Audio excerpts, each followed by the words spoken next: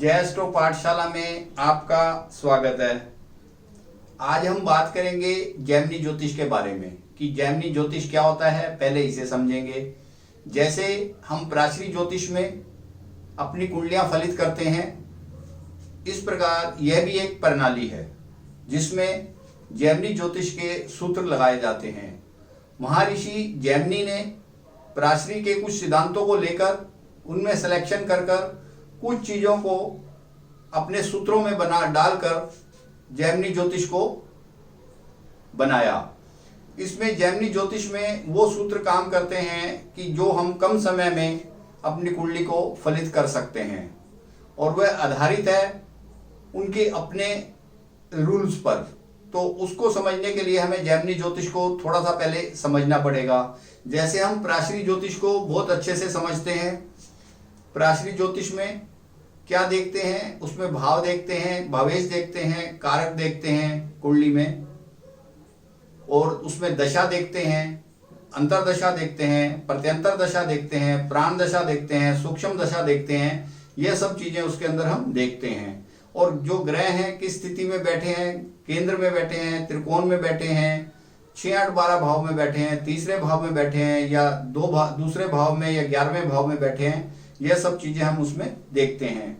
और कौन ग्रह किसकी राशि में बैठा है, और ग्रहों की राशि कौन सी उच्च की है, कौन सी नीच की है, ये सब हम नियम उसमें लगाते हैं।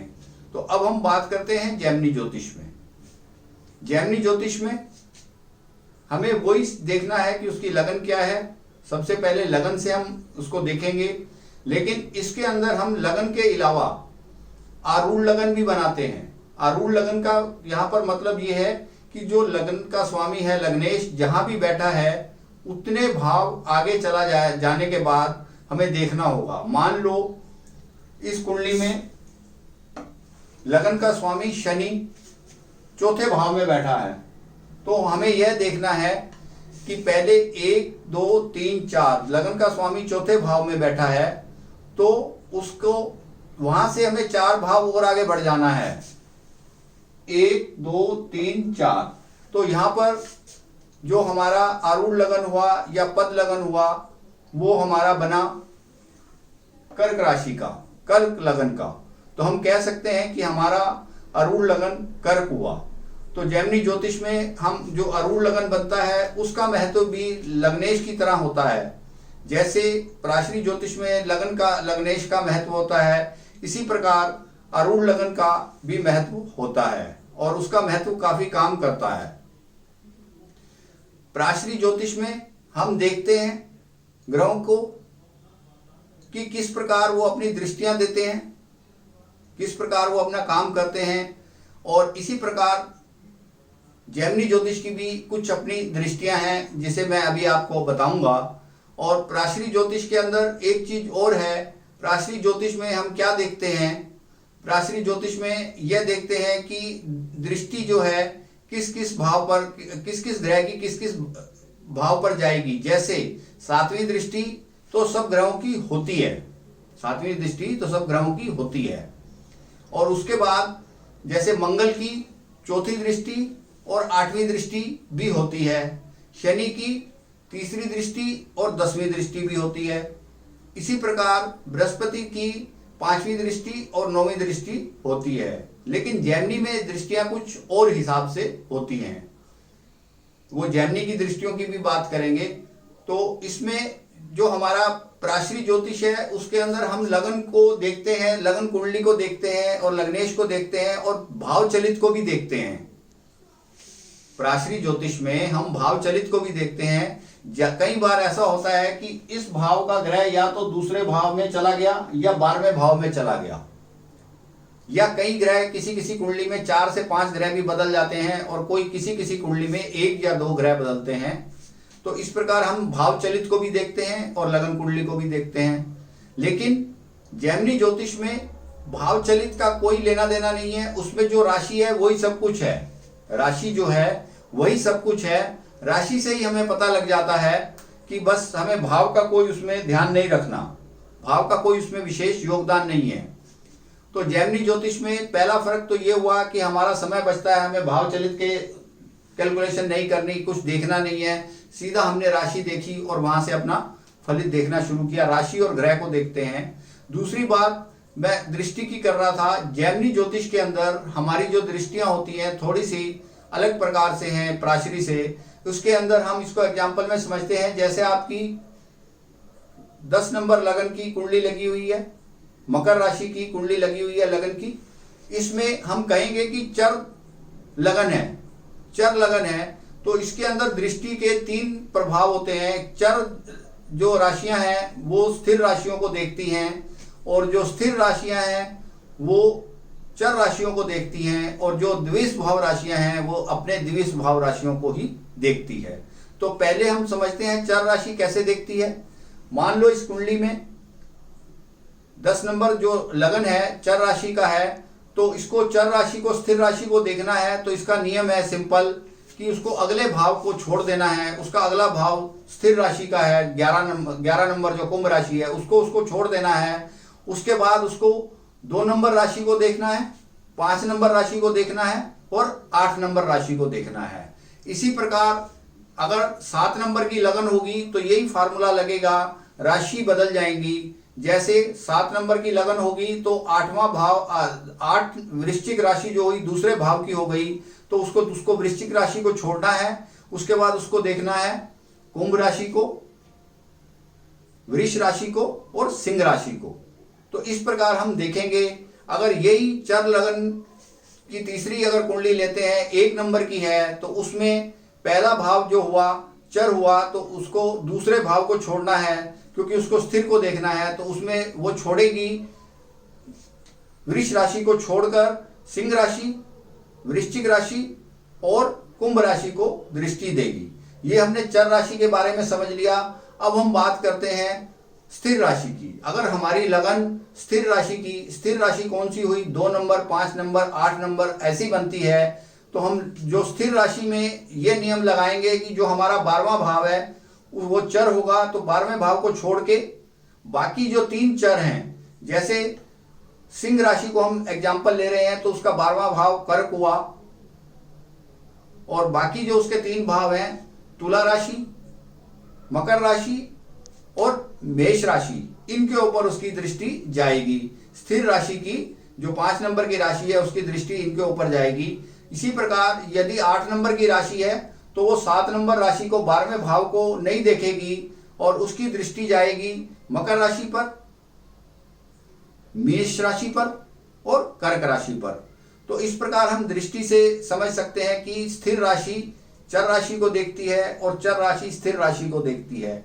अब हम बात करते हैं तीसरी राशि के बारे में, जो द्विष भाव राशियां हैं 3, 6, 9, 12, यानी मिथुन, कन्या, मीन और धनु।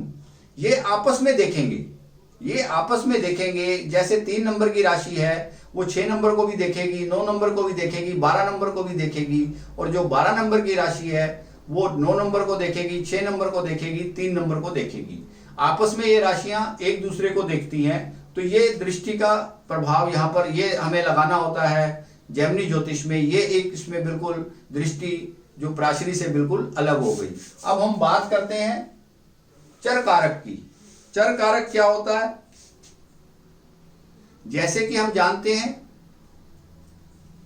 प्राचरी के अंदर जो हमारे कारक हैं स्थिर हैं, भावों के जो कारक हैं वो स्थिर हैं, लेकिन जैमिनी के अंदर जो मैंने दृष्टि की बात की वो दृष्टि राशि की भी होती है, ग्रह की भी होती है। जैमिनी के अंदर जो मैंने बात की दृष्टि की वो राशि की भी दृष्टि होगी और ग्रह की भी होगी। मान लो किसी राशि में 5 नंबर की राशि में कोई ग्रह भी बैठा है तो उसकी दृष्टि भी ठीक वैसे ही होगी जैसे स्थिर राशि ने देखा। अगर मान लो चर राशि में कोई ग्रह बैठा है तो उसकी दृष्टि भी वैसे होगी जैसे उसने उसको देखा राशि ने। इसी प्रकार द्विष भाव राशि में भी उसकी दृष्टि वैसी होगी, जो उसमें ग्रह बैठा है उसकी दृष्टि भी बिल्कुल वैसी होगी। तो इसमें भाव की हम बात कर रहे थे स्थिर कारक की।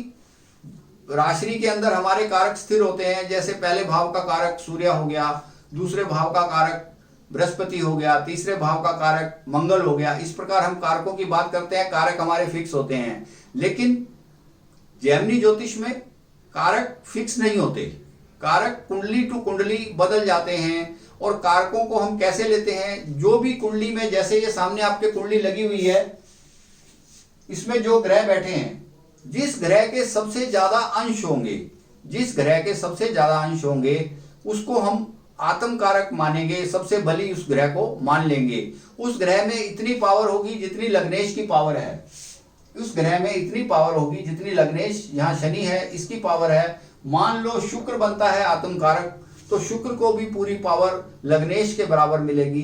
तो यह जैमिनी का एक सूत्र है, इसके अंदर हमें देखना है कि आत्म कारक का बल लग्नेश के बराबर हो जाता है और काफी पावरफुल हो जाता है। दूसरा इसमें चर कारक क्या होगा, दूसरा चर कारक होगा अमात्या कारक। अमात्या कारक कौन होगा, जो पहले ग्रह से अंशों में थोड़ा कम होगा। इसमें हम राशि को भूल जाते हैं, खाली अंश को लेते हैं। जब हम आत्म कारक की बात कर रहे हैं, अमात्या कारक की बात कर रहे हैं, तो राशि को भूल जाते हैं, वो किस राशि में बैठी है, किस भाव में बैठी है, उसको हम बिल्कुल छोड़ देते हैं थोड़ी देर के लिए, उसको भूल जाते हैं, उसमें हम खाली अंश को लेते हैं। तीसरा होता है मातृकारक। मातृकारक के बाद चौथा होता है तीसरा होता है भ्रातृकारक और चौथा होता है मातृकारक। इस प्रकार अंशों के हिसाब से हम चलेंगे, जैसे जैसे अंश नीचे होते जाएंगे तो वो कारक, चर कारक बदलता जाएगा। पांचवा पुत्र कारक होगा, छठा ज्ञाति कारक होगा और सातवां दर कारक होगा, जिसे हम पत्नी का कारक भी कहते हैं। तो इस प्रकार हमारे कारक बदलते रहेंगे, हमारे कारक बदलते रहेंगे, ये हमें विशेष ध्यान इसमें रखना है। तो हमने अभी बात की भाव की, दृष्टि की और चर कारक की। अभी हम इसमें बात और आगे कर रहे हैं बल की। अब हम बात करते हैं कि बल हम कैसे देखेंगे, ग्रह का बल कैसे देखेंगे। ग्रह का बल देखना बहुत आसान है, जैमिनी में ग्रह का बल देखना बहुत आसान है। हम बल देखेंगे, एक तो मैंने आपको अभी आत्म कारक अमात्या कारक बताया, जो आत्म कारक होगा उससे उसका सबसे ज्यादा बल होगा, इस प्रकार से हम चेक करेंगे। और दूसरा बल देखेंगे राशि के हिसाब से कि ग्रह उच्च का है, मूल त्रिकोण राशि का है, सव राशि का है, मित्र राशि का है, सम राशि का है, शत्रु राशि का है या नीच का है। इन सब चीजों को हम देख पाएंगे कि उसमें बल कितना है, ग्रह में बल कितना है, और राशि का भी उससे बल का पता लग जाता है। मैंने पहले आपको बताया आत्म कारक का बल, यानी चर कारक का जो सबसे ज्यादा होगा उसका, फिर उसके बाद मैंने बताया राशि के हिसाब से। अब तीसरा इसके अंदर देखेंगे, जो हमारा कुंडली में आत्म कारक बनता है, इस कुंडली में जैसे हमने शुक्र को आत्म कारक माना था, तो शुक्र से केंद्र में जो भी ग्रह होंगे, ये लगन हो गया, तो इससे केंद्र में जो भी ग्रह होंगे उनको बल ज्यादा मिलेगा। मेरा कहने का मतलब है शुक्र से 1, 4, 7, 10 में जो भी ग्रह बैठेंगे केंद्र में, उनको बल ज्यादा मिलेगा, उनको बल मिलेगा 60/6। और जो ग्रह शुक्र से पनफर में बैठेंगे, पनफर में मेरा कहने का मतलब यहां पर है दूसरा भाव, 5वां भाव, 8वां भाव, 11वां भाव, तो उसमें उसका बल आधा हो जाएगा, यानी 30/6। उसमें उसका बल आधा हो जाएगा, 30/6। और जो आत्म कारक से तीसरे भाव में, अपोक्लिम का मेरा यहां कहने का मतलब है तीसरा, छठा, 9वां, 12वां, इन भावों में जो ग्रह बैठेंगे उनकी ताकत और कम हो जाएगी, यानी पनफर की आधी, 15/6।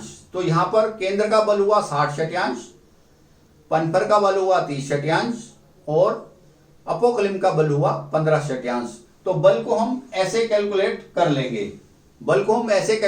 लेंगे, जबकि प्राश्री में हमें षटबल की प्रक्रिया से गुजरना पड़ता है, बहुत सारी चीजों को देखना पड़ता है, उसमें लंबी कैलकुलेशन करनी पड़ती है। मेरा कहने का मतलब यहां पर यह नहीं है कि हमें प्राश्री नहीं देखना चाहिए, हमें प्राश्री को तो देखना ही है, क्योंकि हम प्राश्री ही सीखे हैं। हमें जैमिनी को लगाकर देखना है कि हमारे रिजल्ट कैसे आते हैं। अगर कम समय में हमारे रिजल्ट आ रहे हैं तो हमें जैमिनी को भी प्रयोग एक बार करके देख लेना चाहिए।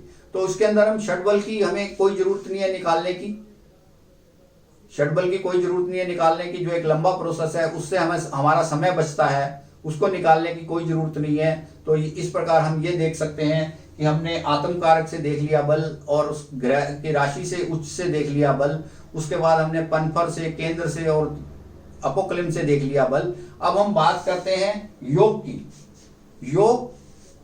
योगों की जब बात करते हैं तो प्राश्री में तो बहुत योग है, हजारों में योग है, क्योंकि जो हमें फल मिलेगा दशा में तो उसके लिए हमें योग भी देखना होगा। दशा का फल कब मिलेगा, उसके योग का फल कब मिलेगा, दशा में मिलेगा। दशा कौन सी है, अब दशा को देखते हैं। प्राश्री के अंदर जो दशाएं हैं, लंबी लंबी दशाएं हैं, मान लो 19 वर्ष की किसी की शनि की दशा है, 20 वर्ष की किसी की शुक्र की दशा चल रही है और 17 वर्ष की बुध की दशा चल रही है, तो ये सब जातकों को उसी दशा से ही गुजरना पड़ेगा। मान लो 2 कुंडली हैं या 3 कुंडली हैं, सबको अगर शनि की दशा है तो 19 वर्ष की ही सबकी चलेगी, ये प्राश्री का नियम है। अगर किसी की शुक्र की दशा है कुंडली में तो वो 20 वर्ष चलेगी जो महादशा है, और बुध की दशा है तो वो 17 वर्ष चलेगी, ये प्राश्री का नियम है। लेकिन यहां पर 2 कुंडली में ही दशा बदल जाती है। जैमिनी में 2 कुंडली में ही दशा बदल जाती है। जरूरी नहीं किसी की कर्क राशि की यानी चंद्र की दशा चल रही है तो 2 व्यक्तियों की, 2 जातकों की वो बराबर दशा 10 वर्ष की चले, क्योंकि यहां पर दशा का मैक्सिमम क्रम 12 वर्ष है और ये बदलती रहती है। किसी एक जातक की दशा 8 साल चल सकती है कर्क राशि की, तो दूसरे की 5 साल चल सकती है, तीसरे की 2 साल भी चल सकती है या बराबर की भी चल सकती है, ये डिपेंड करता है उसके ऊपर। और अंतरदशा इसमें समान होती है, 12 अंतरदशा होती हैं और दशा की 12 अंतरदशा होती हैं, सब राशियों की होती है। वो कोई दशा मान लो जैसे 8 वर्ष की है तो उसकी हर राशि की 8 महीने की अंतरदशा होगी, तो इसकी कैलकुलेशन करना कोई मुश्किल नहीं है। और फिर जैमिनी में दूसरी बात, खाली हमें दशा और अंतरदशा से ही फल देखना है, जबकि प्राश्री में हम 5 लंबे प्रोसेस से निकलते हैं। उसमें पहले देखते हैं दशा, फिर अंतरदशा, फिर प्रत्यंतर दशा, फिर सूक्ष्म दशा, फिर प्राण दशा, फिर उसके बाद गोचर के बाद अष्टक वर्ग भी देखते हैं। यह सब लंबी प्रक्रिया से हमें गुजरना पड़ता है, तो वो काफी लेंथी प्रोसेस हो जाता है और उसमें हमारे गलती होने के चांस थोड़े बढ़ जाते हैं। जैमिनी में नियम ही कम है तो इसमें गलती होने के चांस कम रहते हैं, अगर गलती हो जाती है तो जल्दी से पकड़ में आ जाती है। तो इस प्रकार हम यह भी देखते हैं। फिर हम बात कर रहे थे योग की, जो प्राश्री में जो हजारों में है, जैमिनी में केवल 12 योग है। वो हम आगे जब आपसे बात करेंगे कुंडली ज्योतिष के राजयोगों की, तो उसमें 12 योगों को हम आपसे साझा करेंगे, उसमें कि वो योग कौन कौन से हैं और वो कब बनते हैं, कैसे बनते हैं, उनका क्या प्रभाव होता है, इसके बारे में सारा उसका डिटेल विवरण देखेंगे। अब हम बात करते हैं वर्ग की। जैमिनी के अंदर वर्ग चार्ट का कोई रूल नहीं है। उसमें हमने ग्रह को देख लिया, कारकांश को देख लिया, आरूढ़ लगन को देख लिया, अर्गला को देख लिया, आगे हम अर्गला की भी बात करेंगे, इन सब चीजों को देख लिया और इससे हमें पता लग जाता है कि किस प्रकार से जातक की कुंडली होगी। अब इसमें जब हम बात करते हैं वर्ग की प्राश्री में, प्राश्री के अंदर हमें अलग अलग काम के लिए अलग अलग वर्ग चार्ट से गुजरना पड़ता है। अलग अलग काम, मेरा कहने का मतलब है, यदि हम किसी की शिक्षा की बात कर रहे हैं तो हमें D24 देखना है। यदि हम विवाह की बात कर रहे हैं तो हमें D9 देखना है। यदि हम व्यापार नौकरी की बात कर रहे हैं तो D10 देखना है। यदि हम धन की बात कर रहे हैं तो हमें होरा लगन भी देखना है। लाभ की बात कर रहे हैं तो हमें 11वें भाव के बारे में भी देखना है, उसके क्या क्या वर्ग चार्ट है, उससे भी हमें गुजरना पड़ेगा। ये सारी चीजें हमें उसमें एक प्रोसेस से निकलना पड़ता है। इसके जो रूल हैं वो राजयोगों से और बाकी जो सिंपल नियम है उससे ही हमें पता लग जाता है। ज्यादा लंबी कैलकुलेशन में हमें जाने की जरूरत नहीं पड़ती, उसमें हमें आराम से कुंडली को फलित कर लेते हैं। तो इस प्रकार मैंने आज आपको बताया कि जैमिनी ज्योतिष क्या है, ये कैसे बना। महर्षि जैमिनी ने बनाया इनको, जैमिनी ज्योतिष को, और उसमें उन्होंने थोड़े से रूल लगाकर, प्रिंसिपल लगाकर प्राश्री के इसके ऊपर उन्होंने काम किया और उसके रिजल्ट भी काफी अच्छे आते हैं। जैसे उपपद लगन से विवाह के लिए देखा जाता है, उन्होंने कुछ इस प्रकार की बातें भी बताई, रूल भी बताए, जिससे कि हम आसानी से अपने वैवाहिक जीवन को या जो हम जिससे हमारा विवाह होना है उसकी पर्सनैलिटी कैसी होगी, उसका बिजनेस कैरियर कैसा होगा, उसका प्रोफाइल कैसा होगा, उसका परिवार कैसा होगा, ये सब बातें भी आप धीरे धीरे आगे जेमिनी ज्योतिष में समझ जाएंगे। तो आज हमने पहले बात की भावों की, कि भाव चलित इसमें नहीं होता, जेमिनी ज्योतिष में भाव चलित नहीं होता। फिर उसके बाद हमने बात की दृष्टि की। दृष्टियों का थोड़ा सा फर्क है, आप 2-3 कुंडली में लगाएंगे तो दृष्टि प्रभाव आपको समझ आने लग जाएगा, तो उससे आप समझ सकते हैं। उसके बाद हमने बात की कारकों की, कि प्राशरी में स्थिर कारक होते हैं, जेमिनी में चर कारक होते हैं, वो हमने उसके बारे में थोड़ी सी बात की। उसके बाद हमने बल की बात की, कि जेमिनी का ग्रह का बल या राशि का बल कैसे देखा जाता है। उसको बहुत आसान तरीके से देख सकते हैं, षटबल में जाने की हमें जरूरत नहीं है। उसके बाद बात की हमने योगों की, कि प्राशरी में योग बहुत सारे हैं, हजारों में योग हैं। एक ज्योतिषी को याद रखने बहुत मुश्किल काम हो जाता है, कई बार समय पे योग याद ही नहीं आता, आप कैसे उसको करेंगे। और फिर लास्ट वर्क चार्ट, काफी वर्क चार्ट है प्राशरी में, जेमिनी के अंदर इतने वर्क चार्टों का हमें परेशानी नहीं होती। इन सब चीजों को करने के लिए हमें एक बार जेमिनी को भी समझना चाहिए। और दूसरी बात यह है कि मैं आपको यह भी बता दूं कि जो लगन कुंडली है, एक ही लगन कुंडली जो है, वो प्राशरी से आप फलित करें या जेमिनी से फलित करें, रिजल्ट दोनों के समान आएंगे, उसमें रिजल्ट में कोई कमी नहीं होगी। हाँ, कमी हो सकती है तो हमारे में हो सकती है, कैलकुलेशन मिस्टेक हो सकती है थोड़ी सी, तो उसको दोबारा अगर चेक करेंगे तो हमें वो कमी भी मिल जाएगी और वो उनके रिजल्ट एक समान आएंगे। ऐसा नहीं हो सकता कि ये संतान होने के लिए कह रहा है और जेमिनी मना कर दे, ऐसा कुछ भी नहीं है। ये विवाह होने के लिए कह रहा है और जेमिनी मना कर दे, और यहाँ अगर जेमिनी विवाह के लिए मना कर रहा है तो यहाँ विवाह का योग नहीं होगा या काफी कमजोर होगा। ऐसी परिस्थितियां हमें मिल जाएंगी।